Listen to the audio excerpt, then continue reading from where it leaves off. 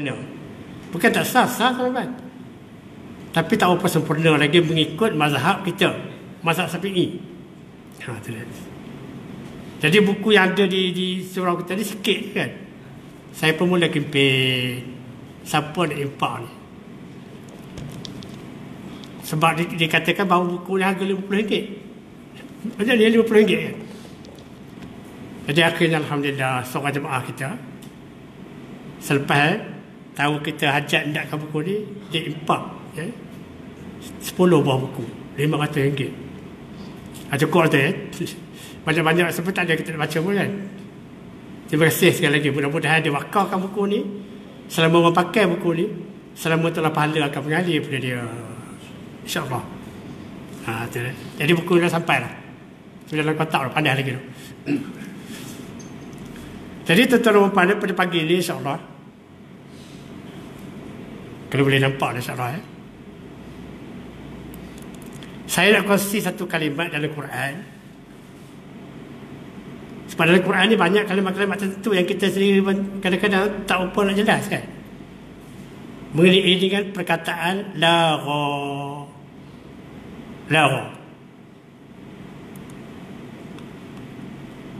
Tadi lagha. Nanti kita pandang tepi ni. Okay. Perkataan lagha dalam Quran. Lam, ghain, ya. Atau alif maksurah bawah kan. Jadi insyaAllah saya akan bincang perkataan ini, kongsi maklumat. Bunyi cantik kan? Daripada perkataan lagha ni kadang-kadang laghun, laghiyah. Jangan pernah kita namakan anak kita misalnya Ahmad Laghiyah. Jangan, kena tahu makna dulu. Lagha ni bukan sifat yang elok, sifat yang buruk. Kalau dalam tasawuf disebut sifat-sifat mazmumah, sifat yang dibenci. Jadi pada pagi ni insyaAllah, sementara kita nak minum ni, mudah-mudahan ada insyaAllah. Apa maksud lagha ni sebagaimana yang Allah sebut dalam Quran, dan juga bagaimana pandangan ulama dalam hadis, bagaimana Nabi sebut dalam hadis. Jadi mudah-mudahan ni kita dapat gambaran mengenai dengan sifat ni atau perangai lagha. Sebab dalam Quran banyak kan. Sehingga kan dalam surga nanti punya nikmat surga tu, perkataan-perkataan lagha ni tak ada. Tak ada kita pernah dengar kan. Karut, temberang, tak ada. Jadi oleh sebab itu kita nanti insyaAllah nak masuk surga. Termasuklah sejam cakap ni kan. Marilah kita berlatih supaya di dunia ni pun tidak kita mengamalkan perbuatan lagha ni. Takut-takut nanti di akhirat nanti, sebab dia biasa lagha di dunia ni, di sana pun dia buat juga. InsyaAllah tak banyak slide je, lebih kurang 16 slide. 16 tu kalau 1 minit 1 slide, baru 16 minit kan. Cepat no kan. Makanan pun tak siap lagi. Tak apa saya panjangkan. Dia bergantung panjang pendek, dia bergantung pada penceramah. Kalau penceramah nak panjang 1 slide pun, dia boleh kelentur sampai 1 jam. Tuan-tuan, beberapa perkataan lagha dalam Quran ni ada dalam surah Al-Mu'minun ayat 3. A'udzubillahi minasyaitonir rajim. Wallazina hum 'anil lagwi mu'ridun. Iaitu orang-orang yang mengelakkan daripada benda lagha. Surah Al-Mu'minun. Qad aflahal mu'minun allazina hum fi salatihim khashi'un wallazina hum 'anil lagwi mu'ridun. Ciri-ciri orang yang berjaya. Jadi maknanya orang yang melakukan perkara lagha ni ialah salah satu orang yang gagal. Hidup di dunia gagal, hidup di akhirat lagi lah gagal. Ini satu dalil dalam Quran, ada je perkataan ini. Kita tengok dalam surah Al-Furqan pula. Kalau Ustaz Sabuddin datang, kalau dia dapat cuti sebab dia belajar di Kamarul kan, Riau, sampailah ayat ni ke 72. Wallazina la yashhaduna az-zur wa idza marru bil lagwi marru kirama. Mana tu? Ni. Wa idza marru bil lagwi. Iaitu orang tak peduli. Tak peduli mengenai benda-benda lara ni. Benda-benda karut, benda-benda lara dia tak kisah. Maka itu juga orang yang ibadur rahman. Sebab ayat ini berkaitan dengan ibadur rahman. Wa ibadur rahman yamsuna 'alal ardi hauna wa idza khatabahumul jahiluna qalu salama. Sampai ayat ni wallazina la yashhaduna az-zura wa idza marru bil lagwi marru kirama. Dua dah. Panjang Ustaz kalau Ustaz nak semua dalam Quran. Sabar insya-Allah. Contoh 2-3 ayat je. Surah Al-Qasas pula. Ayat 25. Wa idza sami'u al-laghwa a'radu 'anhu wa qalu lana a'maluna wa lakum a'malukum salamun 'alaikum la nabtaghil jahilin. Sadaqallahul azim. Wa idza sami'u al-laghwa. Itu dia. Lawa kata. Al-Qasas ayat 25. Saya nak tunjukkan contoh-contoh ayat ni sebab nanti tuan-tuan kata pula ustaz mana dapat ni. Dalam Quran tu ada. Okey, cukup tu ya. Kita tengok pula dalam hadis. Hadis ni dia ialah ucapan, perbuatan, diam Rasulullah sallallahu alaihi wasallam. Di sini dia dalam hadis ni dia tak sebut misalnya perkataan lara tu. Tetapi dia beri contoh mengenai perbuatan sia-sia ni. Lara ni kan. Satu hadis daripada Abu Hurairah radhiyallahu ahli sumpah. Ahli sumpah tu maknanya orang yang duduk di luar dalam dewan solat betul kan. Itu dia. Jangan kita kata mereka ni saja nak duduk situ tak tahu apa ni, mereka ni miskin, apa-apa kena ada. Berhijrah daripada Mekah selas pinggang je. Mereka setengah-setengah tu kaya di Mekah.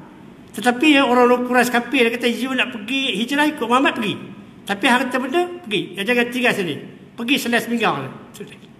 Jadi mereka pergi lah bawa digigit dengan lidah je. Ramai tu tuan-tuan.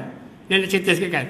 Biasanya ustaz bila dia perkenalkan periwayat hadis tu, dia cerita sikit mengenai dengan ni sejarah tu. Saya nak cerita sikit ringkas. Abu Hurairah kan. Jadi sebab tu ramai sangat berhijrah tu dikatakan dalam sejarah. Saya cari dalam pakcik tiup lah, pakcik Google. Antara 500 dan 600 orang tu ahli sumpah ni. Mana lagi orang-orang Ansar nak tolong. Nak tolong tak dapat kan? Ada yang bagi rumah dan sebagainya, tapi dah ramai sangat. Akhirnya bergelandang ke sana sini. Nabi kata okey, duduk di tepi masjid. Masjid Nabawi sekali. Salah seorang ni Abu Hurairah.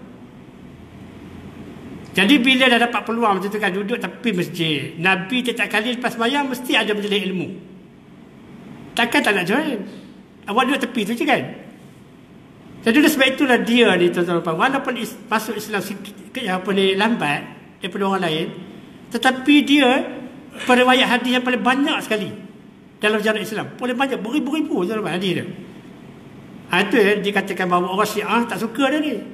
Dia kata masuk Islam pun lambat, banyak pula hadis. Apa barang? Lebih kurang macam tu kan. Tapi dia tak tahu bahawa tengok kawan tu duduk di mana. Duduk di tepi masjid Nabi. Asal ada je Nabi tak segera datang dia. Ada Nabi tak segera datang dia. Hebat Abu Hurairah ni. Jadi salah satu punya hadis yang diriwayatkan oleh Abu Hurairah ni ialah ni. Nama dia bukan Abu Hurairah. Abdul Rahman bin apa tak lupa dah saya kan. Saya pun sebab dia punya minat nak selalu simpan kucing, anak kucing. Dan Nabi pun gelar dia Abu Hurairah, ayah kucing. Tapi sahabat zaman dulu bila Nabi sebut dia tak marah. Satu penghargaan. Dia dah pula basah muka sampai tak datang ke masjid. Dah. Jadi kata dia, kalau Rasulullah SAW min husnil islamil mar'i tarakuhu ma la yunih. Hadis hasan rawat Tirmizi. Orang Islam yang baik itu ialah meninggalkan apa yang tak berkaitan dengan dia. Benda yang tak ada kaitan dengan dia, tak payah sibuk. Inilah satu contoh orang tak nak buat apa. Sebab benda yang kadang-kadang tak kaitan dengan dia pun, dia lebih sibuk lagi. Lebih sudu daripada mangkuk kata orang kan. Tak. Contoh hadis kan. Okay. Hadis Bukhari. Ini satu lagi tuan-tuan. Satu lagi ya hadis. Ini selalu kita dengar kan. Man kana yu'min billah wal yaumil akhir falyakul khaira aw la yasmut. Kalau kamu beriman kepada Allah dan hari akhirat, maka cakaplah dengan baik. Kalau tak ada cakap dengan baik, diam je. Aw la yasmut. Ini maknanya kalau kita bercakap juga tapi bukan cakap yang baik, itu juga contoh lara. Dia hadis Ada lagi. Ini kita terjemah tahu dia punya makna dia. Hadis riwayat Ahmad. Di antara kebaikan Islam seorang, yang tadi kan, adalah mengurangi berbicara dalam hal yang tidak bermanfaat. Betul lain. Maknanya kita tak cakap benda-benda yang tak bermanfaat. Itulah baik dia seorang tu. Kalau kita cakap tu adalah lara tu. Yang kedua, seringkali seorang hamba mengucapkan suatu perkataan yang tidak ia fikirkan kesannya, padahal ternyata perkataan tersebut akan menjerumuskannya ke neraka yang dalamnya lebih jauh dari jarak timur dan barat. Ini hadis ni pula diriwayatkan oleh Bukhari dan Muslim ni. Perkataan dia tak tahu mulut dia, rajin je bercakap, tapi benda tu dia tak fikir kesan dia. Kadang-kadang cakap itu menyinggung kawan-kawan, orang kecil hati. Kan. Jadi sebab itu dalam hadis ini dia suruh kita berfikir dulu. Kalau cakap macam ni macam mana, kalau cakap macam ni macam mana dan sebagainya. Sebab kadang-kadang orang tu sensitif sungguh tambah warga gemah ni. Allah Akbar. Kena cari sungguh bahasa yang baik macam mana cara ni. Pelapis sungguh. Jangan kritik direct sangat kalau kita tak suka dengan dia, nak tegur warga gemah tu. Jangan misalnya dia kata kita nampak dia semayang tak sempurna, berdasarkan kita dah belajar kan. Macam mana kita nak tegur dia? Umur dia dah dekat 80 tahun. Saya baru 60 tahun betul lah. Tapi bila kata profesor tu tak apa kena macam tu, betul-betul tapi tak sempurna. Macam mana cara tak cakap ni? Nampak tak? Jadi kena fikir, jangan direct. I nampak you ni dah lama dah solat, tak pernah betul pun. Sampai berpakan panjang dalam surau. Itu sampai okey. Baru sampai maksud apa? Sebenarnya kita dah guna perkataan ni sampai. Kalau saya orang Perak kan, memang perkataan ni biasa digunakan di kampung kan. Apa lebih ke dia buat lara je. Dia boleh perkataan Arab sebenarnya, tu hebatnya orang Melayu ni kan. Perkataan lara. Maksud dia. Jadi bila nak tahu maksud lara ni, kita kena cek dalam kamus. Kamus bahasa Arab kan, sebab dia bahasa Arab. Jadi kita tengok satu daripada kamus bahasa Arab ni kan, bahasa Arab dasar. Jadi kata dalam kamus bahasa Arab, dia kata lara ni adalah perkataan yang tidak berfaedah. Dia kata dengan perkataan yang tidak berfaedah, tak guna. Lara tu. Mana jenis perkataan macam ni di syurga nanti tak ada langsung. Semua perkataan tu walaupun orang lain cakap, kawan kita cakap kan, semuanya berfaedah pada kita. Okay. Yang ni pula dia lagi gambarkan daripada tafsir Qurtubi. Tafsir ni tak ada di surau kita kan.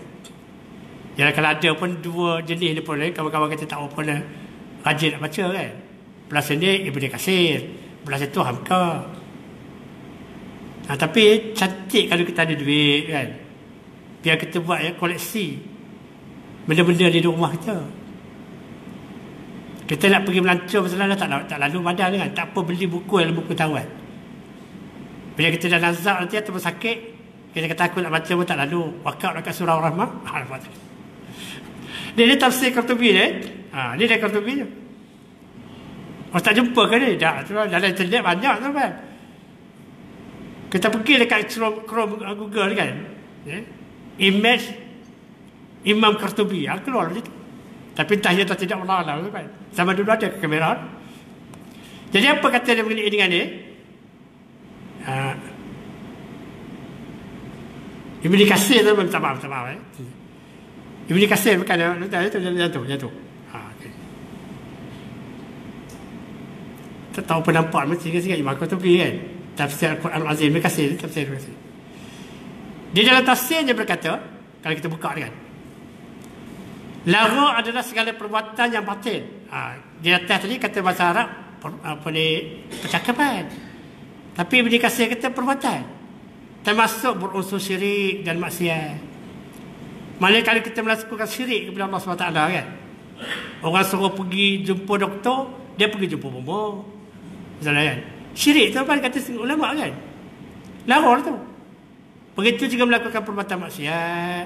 Semua perbuatan yang tidak berfaedah, sama ada perbuatan atau perkataan, masuk juga perkataan, tak berfaedah adalah larang. Tengok pula tafsir lain. Ini seorang ulama daripada Indonesia, Tafsir Muyassar, tak ada tempat kita ni. Dia kata pula maksud lara ialah mereka yang tidak meninggalkan sesuatu yang tidak ada kebaikan di dalamnya. Ada bahasa Arab tu terlalu betul. Tengok bahasa ni, kita sekali lagi perlahan supaya kita betul-betul faham. Mereka yang tidak meninggalkan sesuatu yang tidak ada kebaikan di dalamnya. Yang tidak ada kebaikan di dalamnya, sama ada percakapan ataupun perbuatan. Maknanya bahasa ni, dia pusing macam tu je, senang je kita bahas sebenarnya. Orang yang meninggalkan perkara tidak berfaedah, full stop. Tu, orang kampung faham. Meninggalkan perkara tidak berfaedah. Tetapi oleh sebab terjemah masyarakat tu boleh kan, mereka yang tidak meninggalkan sesuatu yang tidak ada kebaikan di dalamnya, sama ada percakapan ataupun perbuatan. Itu tafsir biasa. Okay. Itu faham kau kita Azhar jilid 1. Saya mula-mula sekali kan, InsyaAllah kita akan jumpa ni. Kata Buya Hamka, atau panggilan ayahanda. Saya pun panggil ayah saya dulu, almarhum lah, Buya juga. Ya dah ada beradik saya panggil Buya, kita panggil Buya kan. Tak tahu lagi apa makna Buya ni. Rupanya wahai ayah. Tafsir Azharnya, dia kata perkataan lagwi artinya perbuatan atau kata-kata tidak ada faedahnya, tidak ada guna dan tak ada nilai. Termasuklah perkataan main-main dan senda gurau yang tidak tentu hujung pangkalnya. Bergurau je, senang kan? Tak tentu hujung pangkal. Ini mengikut tafsir Hamka. Itu dia perkataan lara. Sekarang kita tengok apa kata ulama. Ialah alih-alih tafsir tadi ulama lah kan. Perkataan lara, apa nasihat dia? Syekh Abdul Rahman Sa'di, dia pun ada tafsir ke? Dia banyak menulis kitab ni. Kitab-kitab lama ni. Umpamanya satu kitab dia ni bernama Bahjal Qulub. Dia kata bahawa maksiat dan perkara diharamkan Allah wajib ditinggalkan kerana tidak bermanfaat. Sebab tadi kan kita dah tengok kan, satu pengetahuan lara ialah benda maksiat, benda syirik. Jadi dia kata Syekh Rahman ni, dia kata kita wajib tinggalkan. Sebab apa dia kata? Maksiatnya menggaraskan hati. Akibatnya tidak dapat membezakan mana yang hak dan mana yang batil. Apa yang kita dapat daripada perkataan ni, statement daripada Syekh Abdul Rahman Sa'di ni, maknanya kalau kita buat benda lara banyak sangat dalam hidup kita, tiap-tiap hari, siang malam, pagi petang, subuh senja, itu maknanya tiap-tiap hari itu ya. Akibatnya hati kita keras. Akibatnya kita tak dapat membezakan mana yang baik dan mana yang tak baik, mana yang hak dan mana yang batil. Itu kesan yang tuan-tuan, bila banyak sangat kita buat benda lara. Jadi oleh sebab itu Syekh Rahman As-Sa'di ni nasihat dalam kitab Al-Bahjul Qulub, elaklah melakukan perkara lara ni kan. Riyadhus Salihin, tu dia. Dia dah lama kita pakai tu. Jadi kalau ada siapa-siapa misalnya tengok kitab yang lebih baik lagi untuk kita tazkirah mukhtasar Imam, elok tukar tu. Elok tukar kan, itu saya wakar tu. Ni kitab Riyadhus Salihin. Jadi dalam kitab ni Imam Nawawi bukan nama dia pun, nama tempat. Macam kita dekat duduk Shah Alam kan, Imam Shah Alam. Tu kan Imam Nawawi. Dia kata jagalah lisan kecuali mengucapkan perkara yang maslahat, yang ada guna dan sebagainya. Itu dalam kitab. Dia huraikan hadis tu mengenai dengan lara ni. Kemudian dia disebut kalau kita gunakan lisan bercakap benda-benda yang tak berkaitan dengan diri kita, cakap benda-benda tak apa-apa misalnya kan, itu lara juga. Kecuali dia suruh kita kalau nak gunakan lisan benda-benda yang berguna, maslahat, penolong ramai dan sebagainya kan. Kita tengok pula satu pandangan ulama. Kan kita punya tajuk pandangan Quran, hadis dan ulama kan. Jadi beberapa orang ulama yang masyhur, yang muktabar maknanya terkenal kan. Banyak anak murid dia. Kitab dia ditinggalkan sampai sekarang. Salah seorangnya tu Ibn Hibban. Juga ahli hadis. Kita tengok salah ahli hadis yang diriwayatkan oleh Ibn Hibban kan. Dia kata orang berakal seharusnya banyak menggunakan telinga daripada mulut. Lain pula. Itu sebab kita tertarik bila petik pandangan-pandangan ulama ni. Macam-macam pandangan. Dia kata orang yang berakal ada otak. Ustaz Kazim kata orang yang baca. Baca makna ilmu kan. Banyak menggunakan telinga daripada mulut. Daripada ni banyak gunakan ini. Sebab yang ni boleh cakap, yang ni telinga dia tak boleh cakap. Kita tengok apa seterusnya.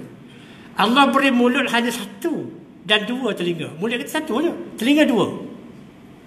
Ini bermakna perlu banyak mendengar daripada bercakap. Macam tu pula ditakwil kan.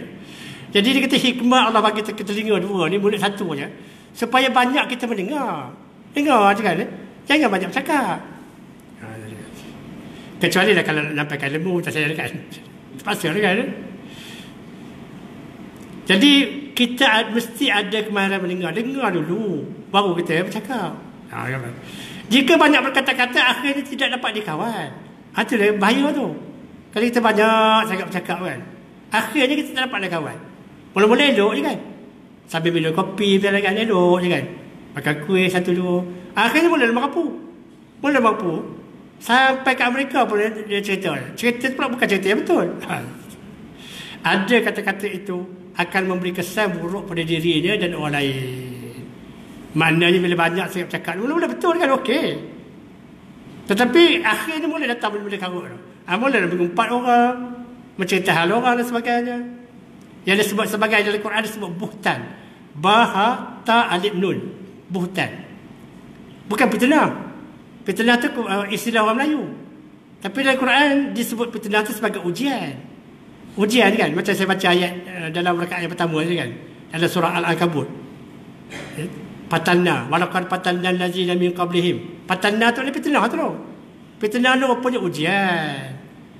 Jadi ayat yang saya baca tadi bermaksud lebih kurang maknanya Allah nak uji orang tu untuk menunjukkan dia tu betul-betul beriman. Tidak. Sebab kadang-kadang orang mengaku dia beriman je. Walaqad patanna allazina min qablihim wa la ya'lamanna allazina sadaqu wa ya'lamanna al-kazibin. Allah nak tengok orang betul ke ataupun hanya bohong je kata beriman. Jadi guna perkataan patanah tu fitnah. Rupanya fitnah tu bukan fitnah yang orang Melayu faham tu. Fitnah yang orang Melayu faham tu disebut dalam Quran sebagai buhtan. Benda yang tak betul, dia ceritakan sebagai benda betul. Fitnah kan. Orang tu tak buat benda tu pun dia fitnahkan kata orang tu buat. Itu disebut dalam Quran buhtan. B-U-H-T-A-N. Itu dia buhtan. Atau bahat ta'lid nun. Tapi jangan keliru, ada satu negeri yang terkepit di antara China dengan India, ada satu lagi bernama Bhutan. Gambar Buddha. Mana saya dapat maklumat ni? Tengok dalam, baca Google juga. Itu dia, kata Ibn Hibban. Maknanya gunakan telinga lebih banyak daripada mulut. Ataupun semangat itu ialah jangan bercakap banyak yo. Sebab nanti mereka melewet. Okay. Satu kitab daripada Ibnu Qayyim Al-Jauzi Al-Fawaid atau nama kitab. Dia pula menyadarkan 10 perkara lara, 10 perkara sia-sia. Kalau kita nak tahu, kita cari kitab ni. Sebab saya tak masuk pasal ni kan. Di antaranya ialah ilmu yang tidak diamalkan. Allahu Akbar. Kata Ibnu Qayyim, lara lah tu. Kita dah belajar ilmu kan. Belajar bab sembahyang dan sebagainya. Kitab pun dah ada. Tapi tak nak pula ikut. Buat juga macam style kita. Lara tu kata Ibn Qayyim. Kemudian harta yang tidak diinfakkan. Orang banyak harta kan. Orang kena kata kedekut nak mampu. Tapi bukan di sini. Di sini pemurah semua. Tengok bila saya minta ke siapa nak impak buku dia. Ya? Tak sampai berapa minit ada respon. Ya. Mana diimpakkan harta dia untuk tak lara tu. Ya. Anggota badan yang tidak digunakan mentaati Allah. Elok badan kita sihat walafiat Allah bagi kan. Dah tak pernah nak pijak surau langsung. Ya. Sembahyang di rumah Ustaz, sembahyang juga dengan anak isteri. Sebab ada pakar psikologi kata kalau nak kasih sayang dengan anak isteri, bapa hendaklah imamkan solat pada keluarga di rumah. Kalau semua orang pakai ilmu tu tuan-tuan, tak ada lah surau kita. Saya tak setuju pandangan tu. Mengatakan bahawa orang lelaki mesti sembahyang di rumah bersama-sama keluarga untuk mengeratkan kasih sayang. Terbalik tuan-tuan. Sepatutnya orang lelaki bawa keluarga dia ke sini. Keluarga sini kan. Ya? Untuk mengeratkan bukan saja kasih sayang pada keluarga dengan orang ramai kan. Ada dia. Juga pemikiran yang memikirkan hal yang tidak bermanfaat. Ini antara 10 tu yang diceritakan oleh Ibn Qayyim dalam kitabnya Al-Fawaid. Fawaidul Fawaid. Itu dia. Jadi kita nampak kan macam itu pun ulama berbincang. Sampai peringkat tu maknanya kalau kita ada harta tidak dibelanjakan untuk impak kepada fisabilillah dan sebagainya, alaror tu. Yang kedua, anggota badan sihat tapi tak mau menunaikan ibadat kepada Allah. Orang lelaki tempatnya dia ada di surau, bukan di rumah. Untuk solat 5 waktu dan sebagainya kan. Begitu juga pemikiran fikir benda-benda tak bermanfaat. Benda-benda tak bermanfaat. Kalau boleh nak selesaikan masalah seluruh dunia, itu pun juga lara akan ikut fahaman kita daripada Ibn Qayyim ni. Okey. Berbalik pada hadis. Patut hadis ni susun letak depan kan. Al-muslimu man salimal muslimun min lisanihi wa yadihi. Al-muslimun, al-muslim seorang Islam, man salimal muslimun, menyelamatkan orang Islam yang lain, min lisanihi daripada lidahnya, wa yadihi daripada tangannya. Orang Islam baik tu. Orang Islam tak baik ialah selalu misalnya menusahkan orang lain, menusahkan orang Islam lain. Lisan dia macam mana cara menyusahkan orang lain ni? Bobek kata orang. Yadihi tu tangan dia pula. Dulu tak ada kan hadis ni, belum ada lagi binatang ni. Belum ada lagi binatang ni. Tetapi perbuatan tangan ada dia menyusahkan orang lain, menzalimi orang lain dan sebagainya. Tapi bila kita nak takwilkan sekarang ni, yadihi ni ambil dia. Menyusahkan orang lain dengan benda ni. Dalam WhatsApp dia, dalam Facebook dia. Tak berhenti-henti siang malam pagi petang subuh senja. Memburukkan orang je kan. Kita dah tidak mati tuan-tuan. Itu sah jangan. Kalau sekarang dengan mulut kita boleh minta ampun, tapi dengan benda ni tuan-tuan, orang lain dah tahu. Macam mana ni? Antara-antara ni. Apa kata Ibn Rajab? Asal ulama kan? Ibn Rajab Al-Hambali, dia ulas hadis tu. Al-muslimu man salimal muslimun min lisanihi wa yadihi. Jadi seorang ulama yang terkenal, Ibn Rajab mengulas hadis di atas dengan menyatakan seorang muslim yang baik tentu akan meninggalkan perkara yang haram, akan meninggalkan perkara yang subhat, dan akan meninggalkan perkara yang makruh. Makruh boleh tinggalkan, boleh benci kan. Apa benda makruh ni? Banyak kan nanti saya sebut sensitif pula, tak payah sebut Juga meninggalkan perkara yang tidak bermanfaat. Itu kata di Ibn Rajab Hambali menguraikan hadis atas tu. Ya, hadis atas tu. Riwayat Muslim kan. Kemudian dia juga Ibn Rajab ni menarik perhatian surah Qaf ayat 16 sampai 18. Surah Qaf ayat 16 18. Tentang malaikat yang sentiasa mencatat amal perbuatan seorang, iaitu yang bernama Raqib dan Atid. Jadi, yang buat kerja mencatat amalan kita. Tengok seorang ulama lain, ada dapat gambar kan? Si Hasan Nadwi. almarhum ni. Terkenal tuan-tuan ni. Buku bahasa Arab tapi kita terjemahkan ke dalam tajuk dalam bahasa Melayu. Kerugian dunia kerana kemunduran Islam. Jadi kata Syekh Hasan Nadwi ni, sebab orang Islam mundur, dunia rugi. Amerika rugi, Rusia rugi, China rugi dan sebagainya dalam keadaan orang Islam mundur kan. Kata dia kan. Macam mana Pak Syekh? You takwil kan? Dia. Kaum muslimin tidak syukur nikmat Allah. Berabad lamanya mereka buang masa berfikir dan berpalasapah perkara yang tidak bermanfaat. Maksud dia saya faham. Dia kata kalau orang Islam misalnya berbincangkan benda-benda tinggi, teknologi, peluru pandu, kereta kebal, teknologi yang hebat-hebat sekarang kan, memanglah dunia makin tambah hebat. Tetapi apa yang berlaku pada orang Islam? Dia. Mereka buang masa berfikir dan berpalasapah perkara tidak bermanfaat. Dia tak tahu buku dia. Keadaan umat Islam katanya, ini kritis puasa ni, tidak jadi separah ini jika mereka berfikir perkara yang menguntungkan Islam dan kaum muslimin. Okey, dia lanjutkan lagi. Ini antara kenyataan umat Islam. Kerana banyak buang masa melakukan perkara yang tidak berfaedah, banyak buatlah roh. Kadang-kadang benda tu kecil je kan.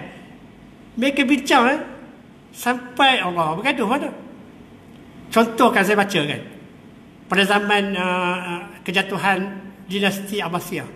Mereka bincang darah nyamuk. Kalau kena kat jubah kita, boleh buat sembahyang ke tidak? Darah nyamuk je. Setitik darah nyamuk. Boleh dah buat sembahyang kalau kena kat jubah kita, baju kita. Bertengkar tu Allah Allah. Jadi kalau ikut siasat Nadwi ni, apa benda tu dah selesai dah beribu tahun. Kadang-kadang benda tu khilaf ulama' je kan. Ulama' ni kata macam ni, ulama' ni kata macam ni. Jadi maknanya, bila ulama'-ulama' tak ada khilaf, maka boleh lah tu. Termasuk dia bab ini pun.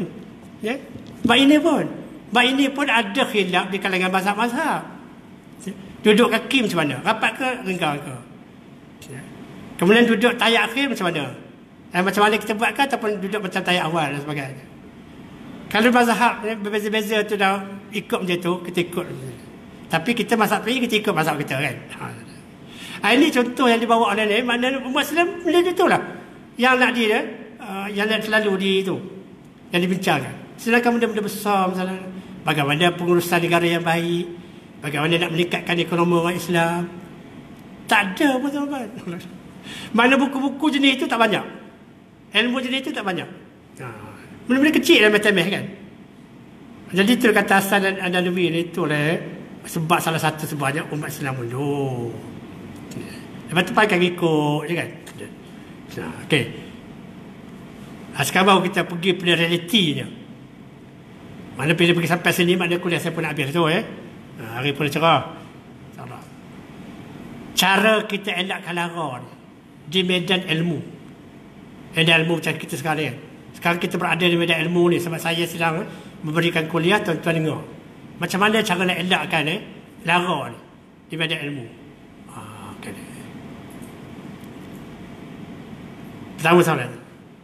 Pertama kita tuan-tuan janganlah sibuk sangat berbincang perkara furuk. Sekali lagi ada satu dua lagi ni. Perkara cabang ni dalam hal ibadat, solat tarawih, maulud rasul, boleh ke buat, tak boleh ke buat, lara ke tak lara, tahlil boleh ke, baca ayat Yasin malam Jumaat boleh ke. Ini masalah itu yang bincang selalu kan. Tahu guna tu lara, mendakwa cara dan mazhab dia betul dan amaran orang lain salah. Ini macam Pak Wahabi tu lah. Dia je yang betul kan, orang lain semua tak kena.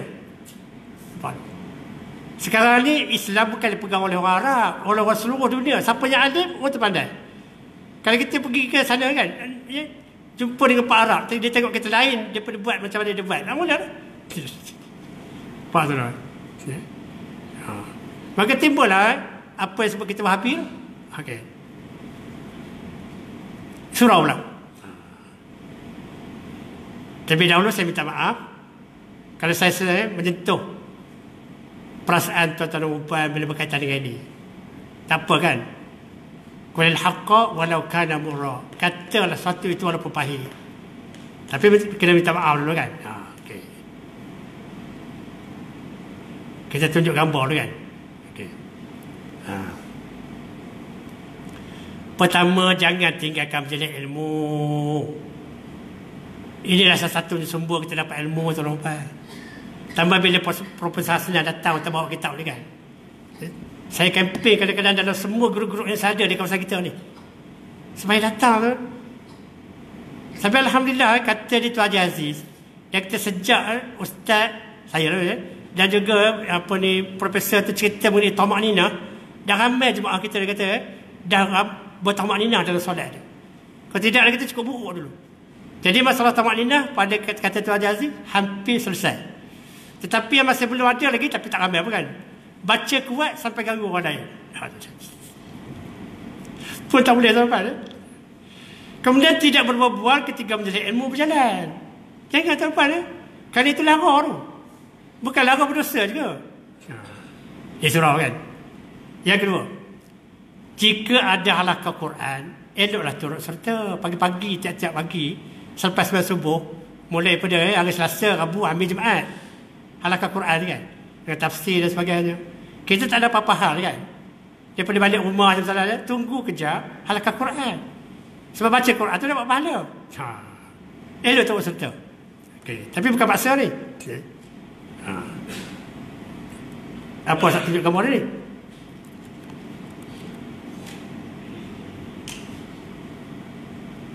Ketika mendengar azan, jangan berbual tapi menjawab azan. Itu dia afdalnya.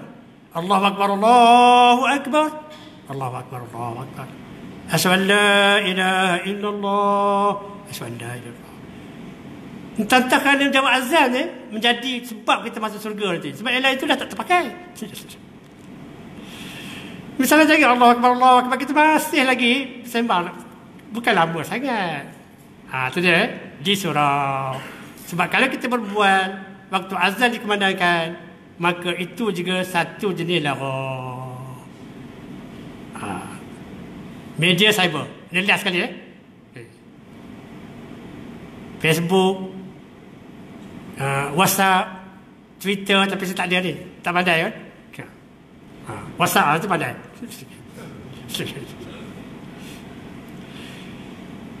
Supaya jangan lara, ikut semangat ayat ni. Ayat ni ayat tabayun. Ya ayyuhallazina amanu in ja'akum fasiqun binaba'in fatabayyanu. Itu kata tabayyun tu. Fatabayyanu an tusibu qauman bijalatin fatusbihu ala ma fa'altum nadimin. Daripada WhatsApp ke Facebook ke, bila kita dapat berita tu, maka tengok dulu, ya ke ni, aku baru makan restoran Hakim ni, nampak orang Islam semua. Kita terima WhatsApp katakan restoran Hakim bukan restoran Islam. Tak boleh restoran. Kena sasat dulu kan. Contoh, saya dah cerita restoran Hakim ni, tak payah cerita ulang-ulang lagi. Amar ma'ruf nahi munkar di media media cyber ni, media sosial. Banyak tuan-tuan yang Allah dari Quran, hadis dan sebagainya. Kalau nak pahala kan, copy paste mana-mana hadis yang kita jumpa kan, dalam tu kemudian share dalam grup, dapat pahala bila kita sebar kan. Daripada benda-benda kadang-kadang tak tentu pahala kan, tak sah, itu tak boleh kan. Amar ma'ruf nahi munkar. Okey. Kan? Hentikan fitnah. Fitnah guna kita bahasa kita. Sebab kan saya sebut tadi kan, dalam bahasa Quran buhtan. Hentikan masukkan gambar-gambar lucah, gambar-gambar cabul dalam WhatsApp. Sebab berdosa tuan-tuan. Lagi ramai orang tengok benda tu, lagi orang baca benda-benda yang tak betul tu. Pertama sekali dalam larang kan. Yang kedua, kita tuan-tuan dapat dosa. Kalau boleh elak ni benda ni kadang-kadang. Yang dikatakan dekat Yahudi ni, elok kan, sebab kita boleh dapat pahala. Tapi tak elok bila kita nombor 3 ni gaduh dengan orang lain kan, sebab politik dan sebagainya. Apa puncanya? Gini puncanya. Siapa yang mengundi dulu bodoh. Maksud. Jadi kawan tu counter attack. Ya. Kamu yang bodoh. Kan tak lagi. Awak yang bodoh. Lara, baran, babi. Lepas tu.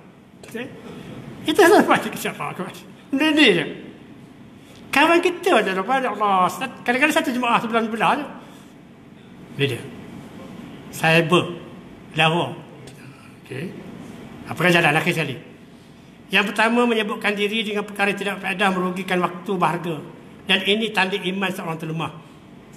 Kalau kita banyak lara, lemah iman itu. Dua.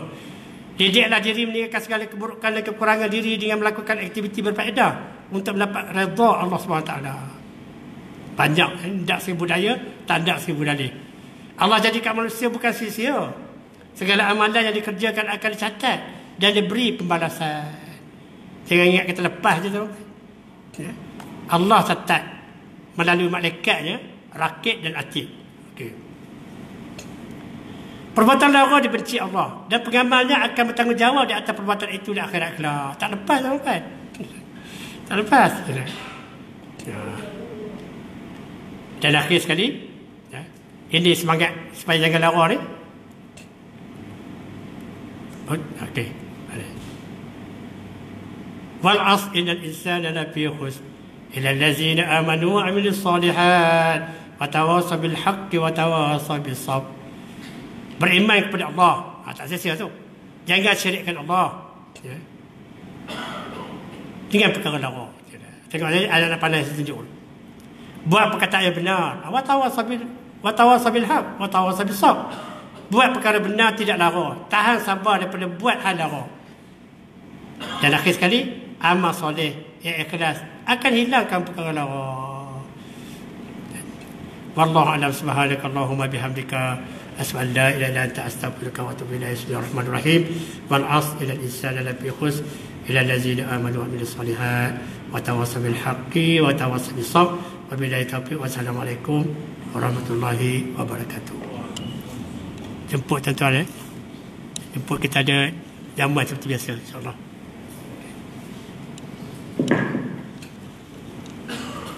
Bismillahirrahmanirrahim. InsyaAllah di luar sana ada apa-apa. Jadi,